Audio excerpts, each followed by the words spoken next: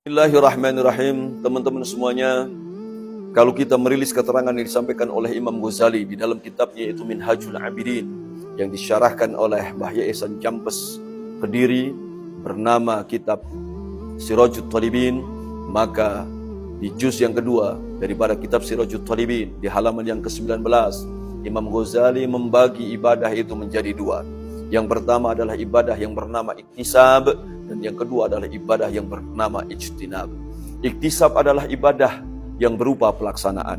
Ijtinab adalah ibadah yang berbentuk yaitu meninggalkan.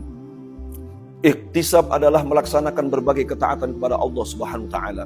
Apakah itu berupa zikrullah, berupa membaca Al-Qur'an, salat, puasa, haji, dan lain sebagainya daripada berbagai ketaatan kepada Allah Subhanahu wa taala. Ijtinab adalah meninggalkan berbagai kemaksiatan dan hal yang diharam oleh Allah Subhanahu wa taala.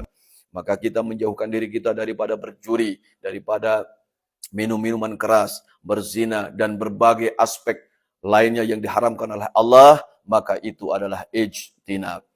Kita sebagai hamba Allah dan umat Rasulullah SAW tidak boleh dikotomi terhadap ibadah. Sebagaimana halnya ibadah ritual, ibadah sosial. Tidak boleh kita mengedepankan ibadah ritual, menggaungkan ibadah ritual, sementara kita meninggalkan ibadah sosial. Juga sebaliknya, mati-matian kita mengejar ibadah sosial, tapi kita meninggalkan, yaitu ibadah ritual. Maka ritual dan sosial adalah akumulasi, bukan pilihan. Sebagaimana iktisab dan ijtinab juga bukan pilihan. Itu adalah akumulasi. Maka yang disebut dengan takwa kepada Allah Subhanahu wa taala, takwa itu adalah akumulasi daripada iktisab dan ijtinab. Sejatinya, melaksanakan ketaatan itu lebih mudah daripada meninggalkan.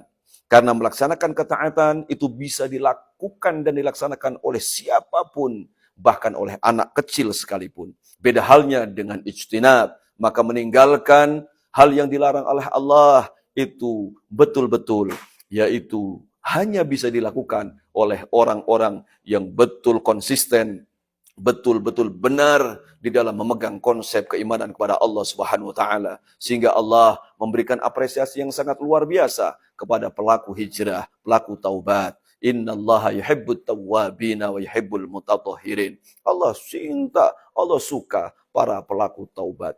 Kita bisa rasakan bagaimana orang yang berhijrah, orang yang mengambil putusan untuk taubat, dia harus meninggalkan segala kegiatan dan aspek yang dulunya dia sangat sukai, yang dulunya semuanya berkesesuaian dengan hawa dan nafsunya. Sekarang dia mesti beralih, yaitu kepada hal yang berkesesuaian dengan hukum dan syariat Allah Subhanahu wa taala.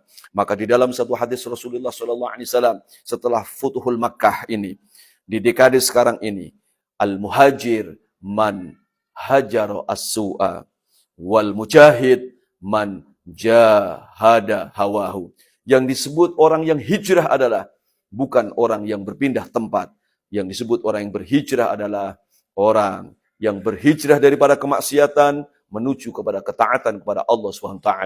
Yang disebut mujahid atau pejuang adalah tidak mesti yaitu maju ke medan perang saja, tapi orang yang mengendalikan hawa nafsunya, mereka adalah mujahid sejati. Sekali lagi, mesti kita tanamkan di dalam diri kita bahwa ibadah adalah sebuah keniscayaan. Wa ma khalaqatul jinna wal insa illa liya'budun. Kita diciptakan oleh Allah tidak untuk apapun di dunia ini, tapi untuk beribadah kepada Allah. Beribadahlah kepada Allah dengan tidak mengkotak-kotakan ibadah, dengan tidak menggaung-gaungkan ritual, tapi meninggalkan sosial ataupun sebaliknya. Tidak cuma yaitu melaksanakan iktisab, tapi juga ijtinab. Semoga insyaallah kita diberikan maghfirah dan rahmat oleh Allah SWT.